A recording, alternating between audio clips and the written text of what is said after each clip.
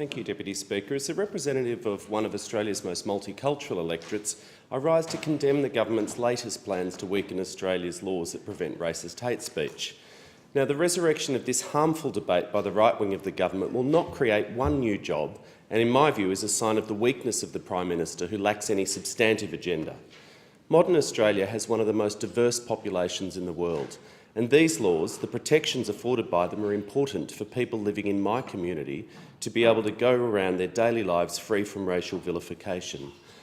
Now, I think it's important to remember where these laws came from, because we forget these lessons at our peril. Despite the IPA-fuelled fantasies of those opposite, these laws were not the result of a bunch of lefty politicians trotting off to a clambake, to borrow a phrase from the member for Sturt. Section 18C was introduced in 1994 as a result of serious and thoughtful reports and public inquiries into racial violence, including the National Inquiry into Racist Violence, the Royal Commission into Aboriginal Deaths in Custody, and the Law Reform Commission's report Multiculturalism and the Law. These inquiries revealed what many in our community already knew, that race-based hatred and vilification has real-world consequences psychologically and physically for individuals and our society. This is not an intellectual masturbatory exercise divorced from real life.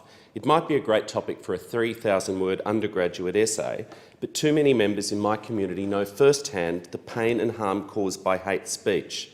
And still, despite repeated calls, those opposite have not fronted up and made it clear what they think people should be able to say in public that they cannot say now. Now, the debate is being couched in terms of free speech, as if those who support retention of these laws are somehow opposed to free speech, as if nirvana was a world with no limitations on what you could say. What nonsense. I am a strong supporter of the right to free speech. However, it is not and never could be absolute.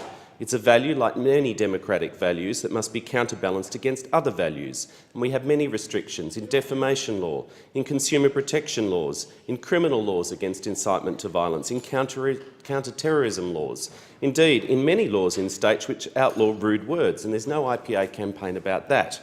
It's telling that the only campaign about free speech is to allow people to say more racist things. This parliament itself maintains numerous restrictions on what can and can't be said during debates. Now, I'm concerned that there's worrying signs that the inquiry is a sham.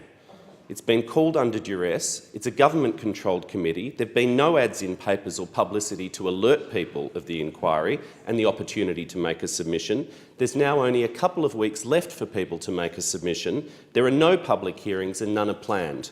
I encourage people concerned about these laws to speak up and make a submission to the inquiry by December the 9th and make their voices heard.